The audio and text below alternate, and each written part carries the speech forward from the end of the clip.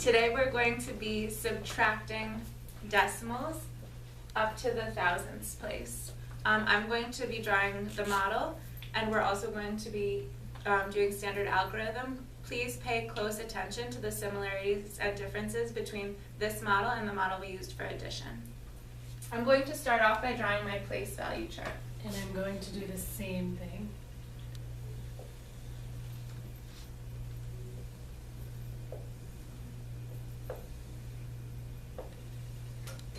Notice that I'm being flexible with my place value chart. I'm not including all of the place values that I included for addition.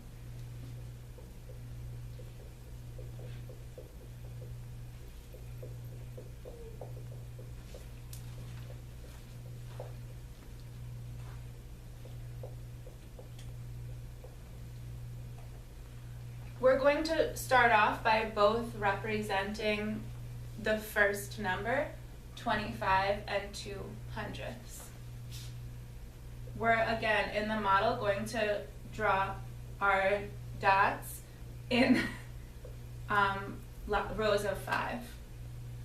And you'll notice, particularly in subtraction, why that's going to be really helpful in keeping your work organized.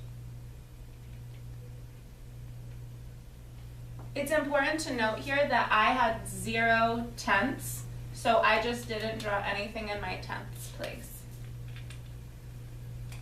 So one of the biggest differences between adding and subtracting decimals is going to be with our model. So when we are representing subtraction models, we're not actually going to write or draw in the number that we are taking away or subtracting. We're actually just going to begin subtracting that. So you'll notice, and we'll pause to show this difference, the big differences between the standard algorithm and the model in this time.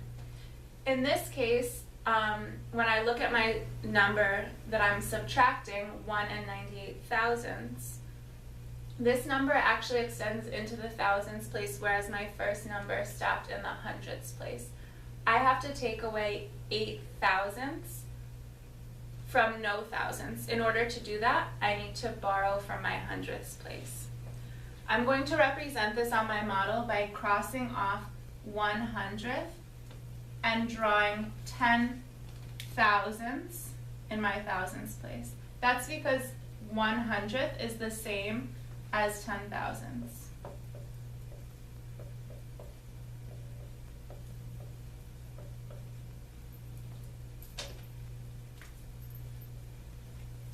Now I can take 8 thousandths away. I'm going to represent this by crossing out 8 thousandths. So just a quick point here. In standard algorithm, what we had to do is we needed to put a 0 as our placeholder. We're going to do the same thing that we just did with our model. We're going to break one of the hundredths, so we have 100th remaining.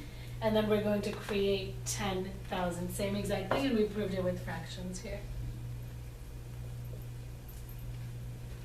So she's taking away 1 thousandth, 2, 3, 4, 5, 6, 7, 8 thousandths, and we have 2 thousandths remaining in both our model and in standard algorithm. Now we can move to the hundredths place. If it's helpful, you can put a little check mark because we took away the 8 thousandths. We don't necessarily do that when we're doing ours, but if you want to be really meticulous, feel free to go ahead and do that. Okay, so now we're taking away how many hundredths? 9 hundredths. You don't have 9 hundredths. I don't have 9 hundredths. And I also don't have any tenths to borrow from. What should I do? Oh my gosh, I think you're gonna have to go to the units place. Okay. So how many tenths can you make from 1 unit? 10 tenths. So I'm going to go ahead and cross out 1 unit and represent 10 tenths. Okay, and I'm gonna do the same thing here. I notice when we're borrowing twice, we have to be extra careful because I don't want to accidentally leave this 10 tenths as 10 tenths because you told me that you need to borrow in the hundredths place. Right. And now I still don't have any hundredths, so I'm going to borrow again. I'm going to cross off a tenth, and now I'm going to represent 10 hundredths in the place of that 1/10. And for anyone that thinks better in fractions, everything that we have been saying, we've been proving with fractions as well, so you feel free to use that. So now we have 9/10, and we have 11/100 because we had that 100th already, and we added 10 more. So now I think you can take away 9/100. Yes, I'm going to go ahead and cross out 9/100. 1, 2, 3, 4, 5, 6, 7, 8, 9, and I notice that I'm left with 200, so I'm going to write that down. Great. Now we can check off our hundredths place, our 9 and our hundredths place, and move to our tenths place. Great, we don't have to take away any tenths, so we can just move on. Oh, we can't move on. Gotta count how many there are. 1, 2, 3, 4, 5, 6, 7, 8, 9. Don't forget your decimal point. Thank you.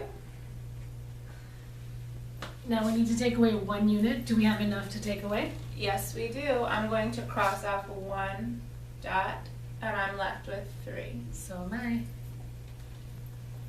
And it looks like we don't need to take any tens away. If we have 2 tens and we leave it the way it is, then we have 2 tens remaining. Do you have the same thing? I do. So my final answer is 23 and 922 thousandths. What about yours? Mine is also 23 and 922 thousandths.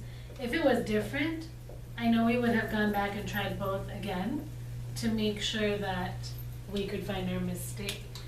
Again, when you're subtracting decimals, we're not completing both the standard algorithm and the model at the same time. Instead, we'll start with one of the 2 strategies and use the second to check our work.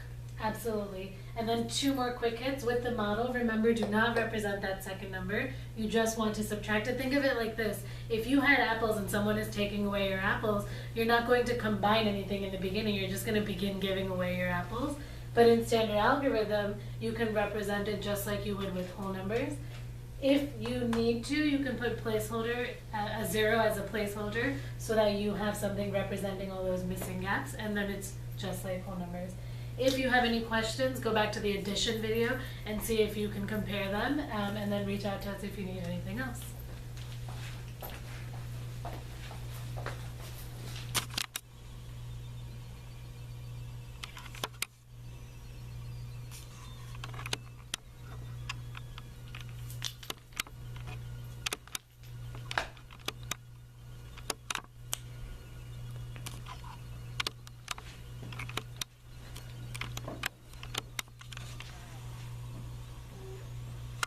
Just zooming in so that you can see the math.